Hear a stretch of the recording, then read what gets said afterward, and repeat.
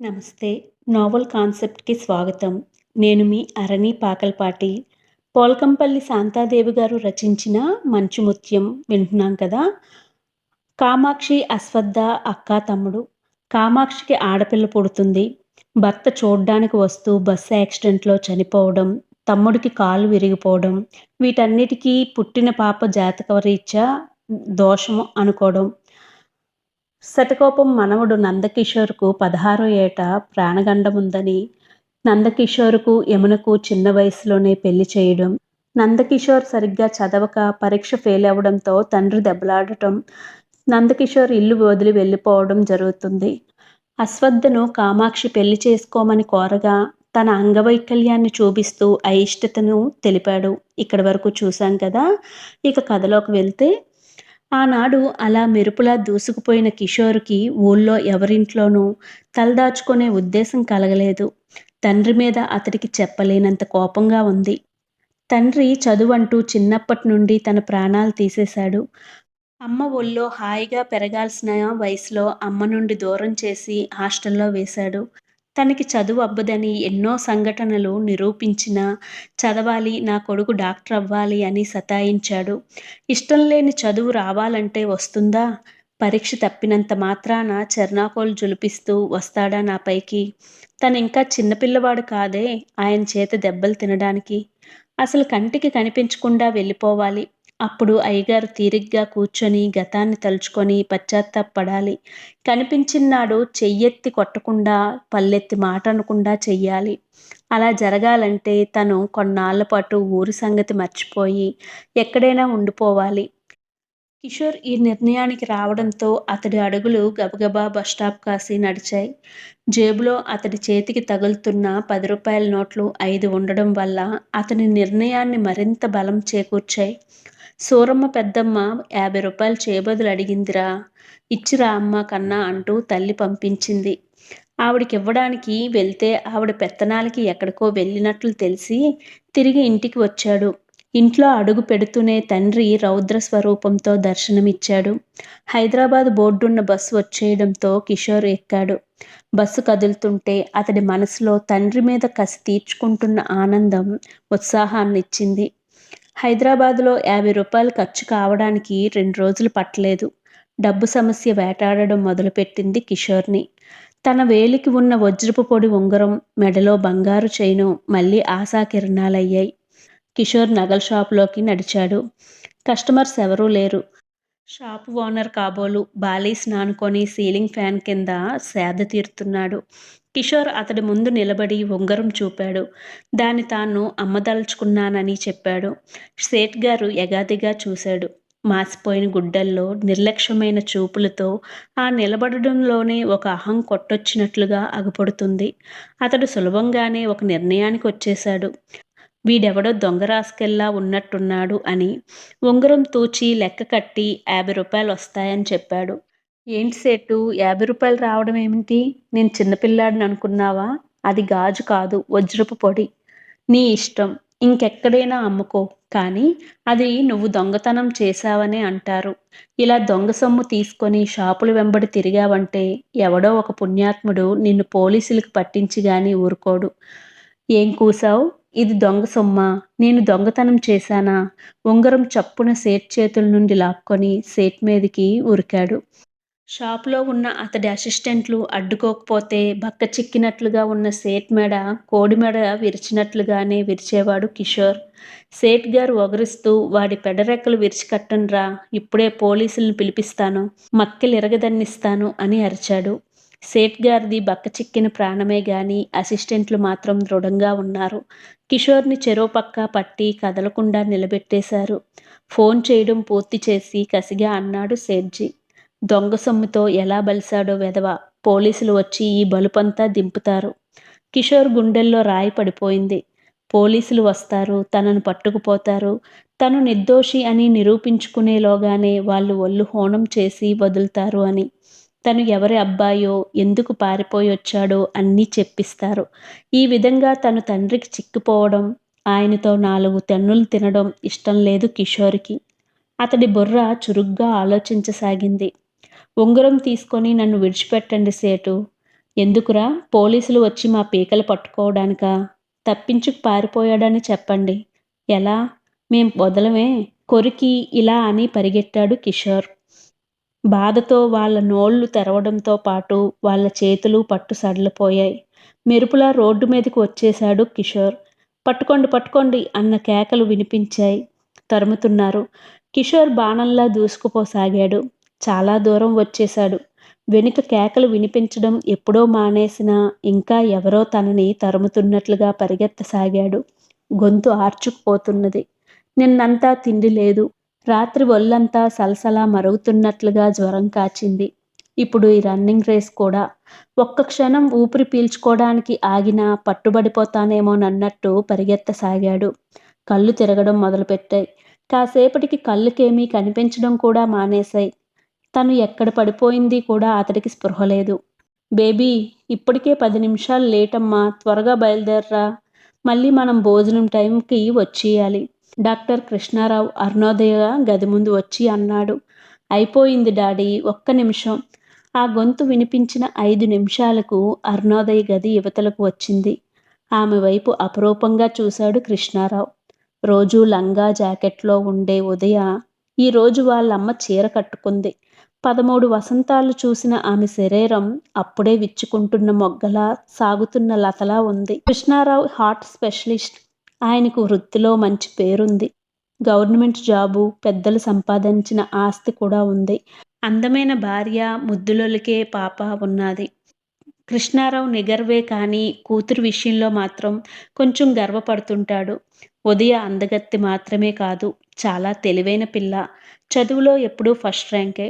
అందమైన సంతానాన్ని చూసి తల్లులు గర్విస్తే వాళ్ళ తెలివితేటలు చూసి తండ్రులు గర్విస్తారు. ప్రతి పరీక్షలో ఉదయ తెచ్చుకునే మార్కులు చూసినప్పుడల్లా ఆయన కళ్ళలో ఒక మెరుపు లాంటిది మెరుస్తూ ఉంటుంది. ఛాతి గర్వంతో పొంగుతుంది. డాడీ, ఈరోజు నన్ను షాపింగ్కి తీసుకువెళ్ళరా అంది ఉదయ. పదమ్మా, తీసుకువెళ్తానని కారు స్టార్ట్ చేశాడు. కారు గేటు దాటుతూ ఆగిపోయింది. గేటుకు కొంచెం ఆవల కాంపౌండ్ వాల్ పక్కగా ఎవరో అబ్బాయి పడి ఉన్నాడు. జ్యేష్ఠమాసం 12 గంటల సమయంలో ఎండ నిప్పులు చెరుగుతుంది. ఆ ఎండలో అలా ఒక మనిషి పడి ఉండగా కారు ముందుకు పోనివ్వాలనిపించలేదు కృష్ణారావుకు. కారు ఆపి దిగి, ఏ అబ్బాయి అంటూ పిలిచాడు. నిన్నే, ఇక్కడ పడుకున్నావేమిటి? నిద్రలో కుంభకర్ణుణ్ణి తలదన్నినట్టున్నాడు డాడీ. ఉదయ నవ్వింది. ఈ ఎండలో ఈ వేళప్పుడు నిద్రపోవడం ఏమిటమ్మా? వీడికి అసలు ఒంటి మీద స్పృహ కూడా లేనట్లుగుంది. కృష్ణారావు వంగి అతడిని తట్టాడు. ఎవరు నువ్వు? ఇక్కడ పడుకున్నావేమిటి అని అడిగాడు. అతడి నుండి జవాబు రాలేదు. అతడు జ్వరంతో ఒళ్ళు తెలియకుండా పడి ఉన్నాడని గుర్తించడానికి ఎంతోసేపు పట్టలేదు కృష్ణారావుకు. కోటయ్య అని పనివాణ్ణి పిలిచాడు. కోటయ్య పరుగు పరుగున వచ్చాడు. దొర అంటూ కింద ఎండలో పడి ఉన్న సాల్తిని చూసి, 2 గంటల నుండి ఇతడు అలాగే పడి ఉన్నాడు దొర అన్నాడు. నువ్వు మనిషివేనా అసలా? దొర, నేనేం చేశానయ్యా? కోటయ్య గొంతు భయంతో వణికింది. నా ఇంటి ముందు ఒక మనిషి 2 గంటల నుండి జ్వరంతో ఎండలో పడి ఉన్నాడు. నువ్వు చూసి కూడా చెప్పనే లేదు. నిన్నేమనాలి? అతడికి జ్వరమని నాకు తెలియలేదు. ఫుట్పాత్ల మీద ఇలా ఎంతోమంది పడి ఉంటారు. ఫుట్పాత్ల మీద 10, 11 గంటలైనా పడి నిద్రపోయే వాళ్ళు ఎవరో తెలుసా? తాగుబోతు వాళ్ళు, లేక ఏ కూలీనాల్లో రాత్రంతా కష్టపడితే గాని కడుపు నిండని వాళ్ళు అయి ఉంటారు. వీడు ఆ బాపతు కానట్టున్నాడు. కృష్ణారావు ఆ సాల్తిని పరిశీలనగా చూశాడు. అతడు తొడుక్కున్న టెర్లిన్ చొక్కా, టెర్లిన్ ప్యాంటు బాగా మాసిపోయి ఉన్నాయి. ఉంగరాల జుట్టు తైల సంస్కారం లేక ఒక గడ్డి దుబ్బులా తయారైంది. కోటయ్య ఆ అబ్బాయి భుజం తట్టి ఇటు మలిపాడు. అతడి కుడి చేతికున్న వజ్రపు పొడి ఉంగరం సూర్యకిరణం పడి జిగేల్మనిపిస్తుంది. గుండీలు విడివడిన చొక్కాలోంచి బంగారం గొలుసు కనిపిస్తుంది. ఆ ముఖం వర్చస్సు చూస్తుంటే చూపు తిప్పుకోవడం కష్టమనిపించింది కృష్ణారావుకు. ఫుట్పాత్ మీద బ్రతుకు వెళ్లదీసేవాడు కాదు, ఎవరో గొప్పింటి అబ్బాయిలా ఉన్నాడు. ఇలా ఇంత నిర్లక్ష్యంగా, నికృష్టంగా ఈ రోడ్డు సైడున ఎందుకు పడి ఉన్నాడు? జవాబు కోసం వృధా చేసే సమయం కాదనిపించింది. కోటయ్య సాయంతో అతడిని కారులోకి చేర్చాడు కృష్ణారావు.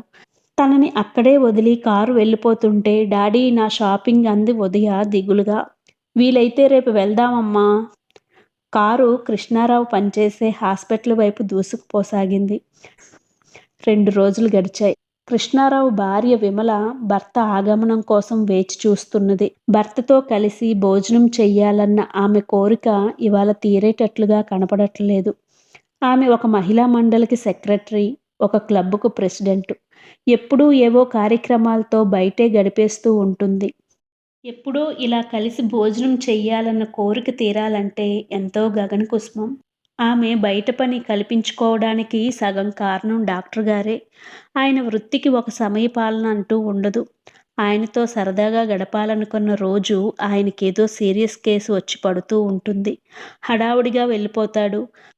అప్పుడు తన మనసు తినే దెబ్బ, పొందే ఆశాభంగం అంతా ఇంతా కాదు. వాటి నుండి తప్పించుకోవాలంటే ఇంటికి దూరంగా గడపక తప్పదు. కృష్ణారావు వచ్చాడు. ఆయన ముఖం బాగా వాడిపోయుంది. విమల మౌనంగా లేచి వెళ్ళి టేబుల్ మీద భోజనం వడ్డించసాగింది. తల్లికి పనిలో సాయం చేస్తున్న ఉదయ, "ఆ అబ్బాయికెలా ఉంది డాడీ" అని అడిగింది. "చచ్చిపోయాడు." ఉదయ ముఖం ముడుచుకుపోయింది. మరిచిపోవడానికి వీల్లేనంత ఇదిగా ఆ అబ్బాయి ముఖం మనసులో ముద్రపడిపోయింది.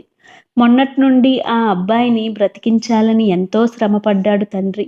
వేళకు తిండి, నిద్రలు మానేసి అతడి కోసం హాస్పిటల్లో ఉండిపోయాడు. పూర్ ఫెలో, చచ్చిపోయాడు. ఎవరో ఎక్కడివాడో ఆ బాడీని హాస్పిటల్లో పూడ్చిపెడతారు కాబోలు. కృష్ణారావు ప్లేట్లో చెయ్యి పెడుతుండగానే ఫోన్ మ్రోగింది. చెయ్యి కడుక్కోకుండానే వెళ్ళి ఫోన్ అందుకున్నాడు. అతడి ముఖం సంభ్రమంతో నిండిపోయింది. నిజం? ఈజిట్? ఎంత అద్భుతం! వస్తున్నా, ఇప్పుడే వచ్చేస్తున్నాను. కృష్ణారావు ఎంతో ఉత్సాహంగా భోజనం చెయ్యకుండానే చెయ్యి కడిగేసుకుంటుంటే విమల కళ్ళల్లో నీళ్ళు తిరిగాయి. బాధతో కాదు, రోషంతో. "నువ్వు తినేయ్ విమలా, నువ్వు చెయ్యి కడిగేసి లేచిపోతే నా మీద ఒట్టు" అంటూ తండ్రి వెళ్ళిపోతుంటే ఉదయ అడ్డుకుంది. "భోజనం చేసి వెళ్ళండి డాడీ, ప్లీజ్. మీరు వెళ్తే అమ్మ అన్నం తినదు. ఆ అబ్బాయి బ్రతికే ఉన్నాడట్రా." డెత్ సర్టిఫికేట్ వ్రాసి శవాల గదిలోకి తరలించే ముందు అతడిలో కదలిక కనిపించిందంట. "డాడీ, నేను వస్తాను." "నువ్వెక్కడికమ్మా? చచ్చి బ్రతికిన వాళ్ళు ఎలా ఉంటారో చూడాలని ఉంది డాడీ." "చచ్చిపోయాక ఎవరూ బ్రతకరురా. ఎక్కడో పొరపాటు జరిగి ఉంటుంది. ఇలాంటి కేసులే మా డాక్టర్లకి అప్పుడప్పుడు అప్రతిష్ట తెస్తూ ఉంటాయి. నాకు చూడాలని ఉంది డాడీ." "నువ్వెక్కడికే?" విమల గద్దింపుతో ఆగిపోయింది ఉదయ. భర్తను తన కనుసన్నల్లో నిలుపుకోలేని ఆసక్తత కూతురి విషయంలో కట్టుదిట్టంగా మారిపోయింది. క్రమశిక్షణ పేరుతో ఉదయను చాలా హద్దుల్లో పెంచుతుంది విమల. ఉదయకి తండ్రి దగ్గరున్న చనువు తల్లి దగ్గర లేదు. వారం రోజులు గడిచిపోయాయి. కిషోర్ ఆ రోజు కులాసాగా, పూర్తి తెలివిగా ఉన్నాడు. మాణిక్యరావు అనే మరో డాక్టర్తో కలిసి వచ్చాడు కృష్ణారావు. కిషోర్ని పరీక్ష చేయడం పూర్తి అయ్యాక అతడికి పూర్తి స్వస్థత చిక్కిందన్న నిర్ణయానికి వచ్చేశాడు కృష్ణారావు. "మీ వాళ్ళ అడ్రస్ చెప్తే నేను స్వయంగా తీసుకువెళ్ళి వదిలిపెడతాను కిషోర్."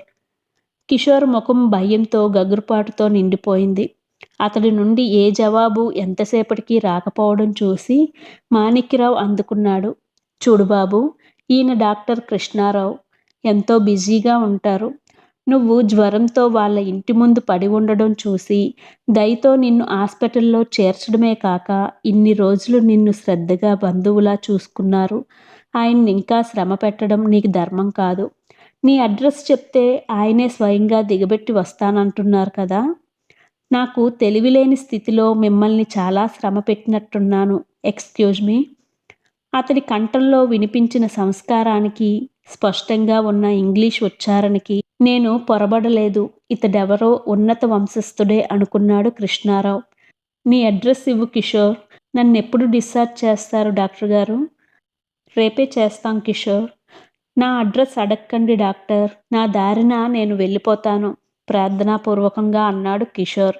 "నీ మెడలో గొలుసు, వేలి ఉంగరం తీసి నా దగ్గర జాగ్రత్త పరిచాను. రేపు తెచ్చిస్తానన్నారు." "Thank you doctor." కృష్ణారావు చిన్నగా నవ్వి, "ఇంట్లో పోట్లాడి వచ్చావా?" అని అడిగారు. "ఊహు, పారిపోయొచ్చాను. అది సంగతి." ఎంత కుతూహలం వ్యక్తపరిచినా అతని నుండి ఎక్కువగా సంగతులు రాబట్టలేకపోయాడు కృష్ణారావు. "అయినా నాకెందుకు? మానవుడిగా నా కర్తవ్యం నిర్వహించాను. నిర్భాగ్యుడిలా చచ్చిపోకుండా అతన్ని ఈ లోకంలో పడేశాను అని సరిపెట్టుకున్నాడు. మర్నాడు కృష్ణారావు హాస్పిటల్లో డ్యూటీ ముగించుకొని ఇంటికి వెళ్ళిపోతూ గేటు ముందు ఎటు పోవాలో తెలియనట్లు నిలబడి ఉన్న కిషోర్ని చూశాడు. కారాపి, "ఎక్కడికి వెళ్తున్నావు కిషోర్?" అని అడగకుండా ఉండలేకపోయారు. "ఆ ఆలోచనే తెగడం లేదు డాక్టర్." "తెలిసే వరకు ఇక్కడే ఈ ఎండలో నిలబడిపోతావా? ఈరోజు మాకు గెస్ట్‌గా ఉందువు గాని మా ఇంటికి రా" అని పిలిచారు. అతడు సంకోచపడుతున్నట్టుగా నిలబడ్డాడు. కృష్ణారావు డోర్ తెరిచాడు. "ఎక్కు కిషోర్, డిశ్చార్జ్ అయ్యావే కానీ నీ ఆరోగ్యం ఇంకా సరిగ్గా కోలుకోలేదు. ఇలా గాలివాటుకు తిరగడం అప్పుడే అంత మంచిది కాదు" అన్నారు. డాక్టర్ గారి ఆదరణతో కూడిన ఆహ్వానాన్ని కాదనలేకపోయాడు కిషోర్. కారెక్కి డోర్ వేశాడు. "బేబీ, ఎవరొచ్చారో చూడు." పూసల బ్యాగ్ అల్లుతున్న ఉదయ తలెత్తి చూసింది. ఇన్ని రోజులుగా తనెంత మర్చిపోవాలనుకున్నా మర్చిపోలేని అబ్బాయి. "డిశ్చార్జ్ చేశారా డాడీ?" "ఆ, అవున్రా." కిషోర్ని ఏ పరిస్థితుల్లో ఇంటికి తీసుకువచ్చాడో చెప్పాడు కూతురికి. ఆమె చెవి దగ్గర నోరు పెట్టి గుసగుసగా ఇంకేదో చెప్పాడు కూడా. "Okay daddy." ఉదయ్ పెదవుల మీద చిరునవ్వు మెరిసింది. ఉదయనే తదేకంగా చూస్తున్న కిషోర్ కేసి తిరిగాడు కృష్ణారావు. "ఈమె నా కూతురు అరుణోదయ, 9th పాస్ అయింది" అంటూ పరిచయం చేసి, "ముందు నువ్వు స్నానం చేసిరా అబ్బాయ్. నువ్వు వచ్చాకే నేను మీల్స్ తీసుకుంటాను." "కోటయ్య" అని పిలిచాడు నౌకర్ని. అతడొచ్చాక కిషోర్కి బాత్రూమ్ చూపించమని లుంగీ టవల్ ఇమ్మని చెప్పాడు. తల తుడుచుకుంటూ వచ్చిన కిషోర్ మీద ఉదయ్ చూపులు హత్తుకుపోయాయి. అతడు వయసులో తనకంటే 1-2 సంవత్సరాలే పెద్దయి ఉంటాడు. తను అతడి ప్రక్కన నిలబడితే అతడి భుజాల వరకు ఉంటుందేమో. అప్పుడే మొలుస్తున్న మీసకట్టు గులాబీ రంగు పెదవుల మీద సన్నని పెన్సిల్ గీతలా కనిపిస్తుంది. అతడి కళ్ళు ఆడవాళ్ళకుండాల్సినంత విశాలంగా అందంగా ఉన్నాయి. కానీ ఆ కళ్ళలో కనిపించి కనిపించని అహం, అతడి ప్రతి కదలికలో అదో విధమైన నిర్లక్ష్యం. కృష్ణారావు చేతులు కడుక్కొని చిన్న తుండుతో తుడుచుకుంటూ డైనింగ్ టేబుల్ సమీపించాడు. "బేబీ, అమ్మ పడుకుందా?" "పడుకుంది డాడీ." ఇద్దరికీ వంటవాడు వడ్డిస్తుంటే ఉదయ మౌనంగా తండ్రి పక్కన నిల్చుంది. కిషోర్ చాలా కొద్దిగా తిని భోజనం ముగించాడు. కృష్ణారావు భోజనం చేసి విశ్రాంతి కోసం తన గదిలోకి వెళ్ళిపోతూ "నిద్రపోకు కిషోర్, పగటి నిద్ర అంత మంచిది కాదు. మా బేబీతో కబుర్లు చెప్తూ ఉండు" అని చెప్పాడు. తండ్రి తన చెవిలో చెప్పిన మాట గుర్తు తెచ్చుకొని కిషోర్ని కబుర్లలోకి దించింది ఉదయ. "కొంచెం మేకప్ వేస్తే చాలు, నువ్వు అచ్చం ఆడపిల్లలా ఉంటావు.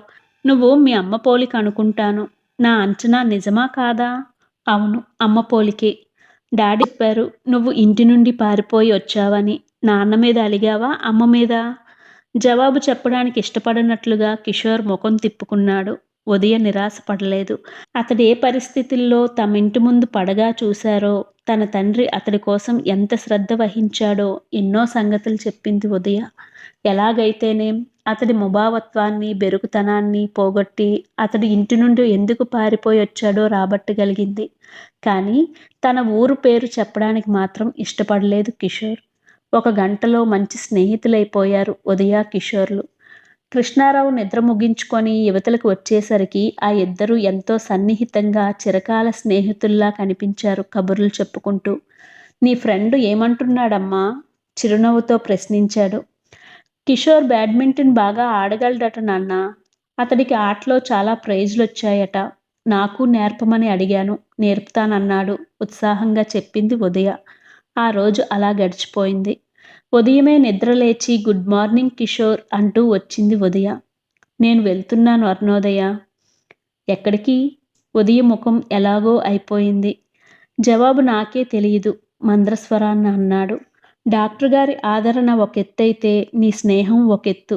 జీవితంలో నేను మీ ఇద్దరినీ మర్చిపోలేను" అన్నాడు కిషోర్. "నువ్వొత్త అబద్ధాల కోరులా ఉన్నావే."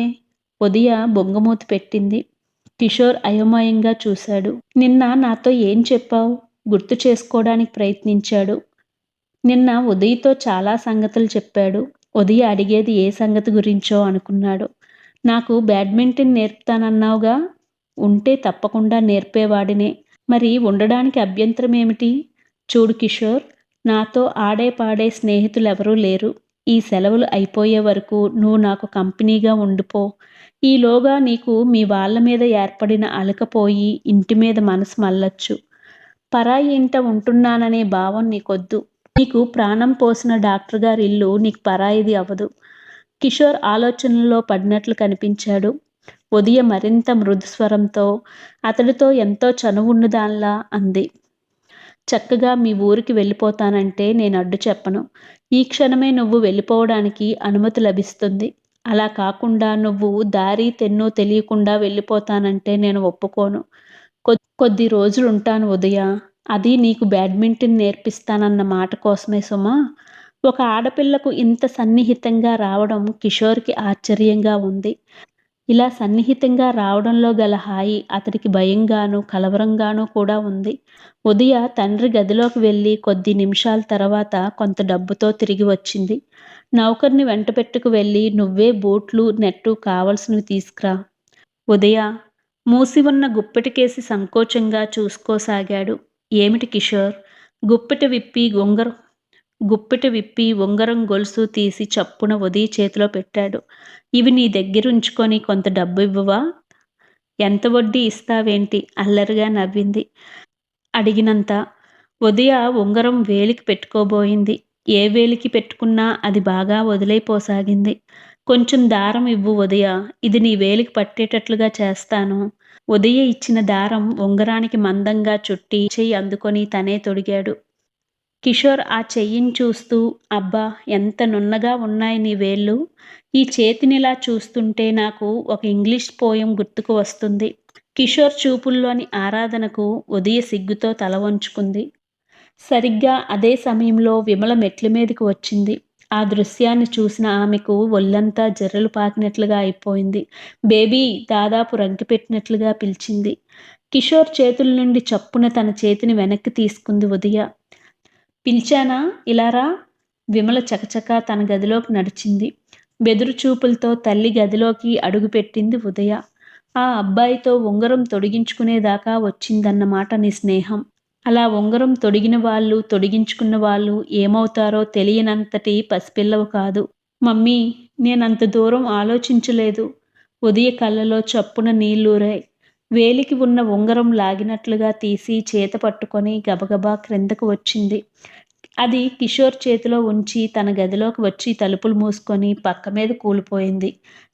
కన్నీళ్లతో కనిపించిన ఉదయ కళ్ళు అమితంగా కలవరపెట్టాయి కిషోర్ను. విమల కూతుర్ని ఏం కేకలేసిందో తెలియకపోయినా ఆమెకు తనిక్కడుండడం ఇష్టం లేదని మాత్రం గ్రహించగలిగాడు. అలా గ్రహించిన క్షణం నుండి ఈ ఇంటి నుండి ఎప్పుడెప్పుడు బయటపడదామా అనిపించసాగింది. డాక్టర్ గారు యువతలకి వస్తూనే కిషోర్ చప్పున లేచాడు. నేను వెళ్తున్నాను డాక్టర్. ఈ ఉంగరాన్ని నా జ్ఞాపక చిహ్నంగా మీ బేబీకి ఇవ్వండి. వెళ్ళిపోతున్నావా? అదేమిటి? ఇంతకు ముందే బేబీ నువ్వు బ్యాడ్మింటన్ నేర్పిస్తావని చెప్పింది. సామాన్లు కొనడానికి డబ్బు కావాలని కూడా తీసుకుంది ఆశ్చర్యంగా అన్నాడు కృష్ణారావు. నేను వెళ్ళిపోవాలి డాక్టర్. మీ ఆదరణ మర్చిపోలేనిది. మీ బేబీ స్నేహం మరువరానిది. నాకు సెలవివ్వండి అన్నాడు. అసలేం జరిగింది ఇంతలో? నువ్వు మా బేబీ కంటే సెన్సిటివ్గా ఉన్నట్లున్నావే. కొంచెం ఆగు. నువ్వు వెళ్తున్నట్టు బేబీకి చెప్పావా? కిషోర్ తల అడ్డగా తిప్పాడు. చంపావు పో. బేబీకి చెప్పకుండా నువ్వు వెళ్ళిపోయావంటే నిన్ను వెదికి తీసుకురమ్మని తరుముతుంది నన్ను. అసలు ఏం జరిగిందో నేను కనుక్కుంటాను, నువ్వాగు. కృష్ణారావు ఉదయ గదిలోకి రాబోయి తన గది తలుపులు మూసి ఉండడం చూసి బేబీ ఏం చేస్తున్నావమ్మా లోపల అన్నాడు.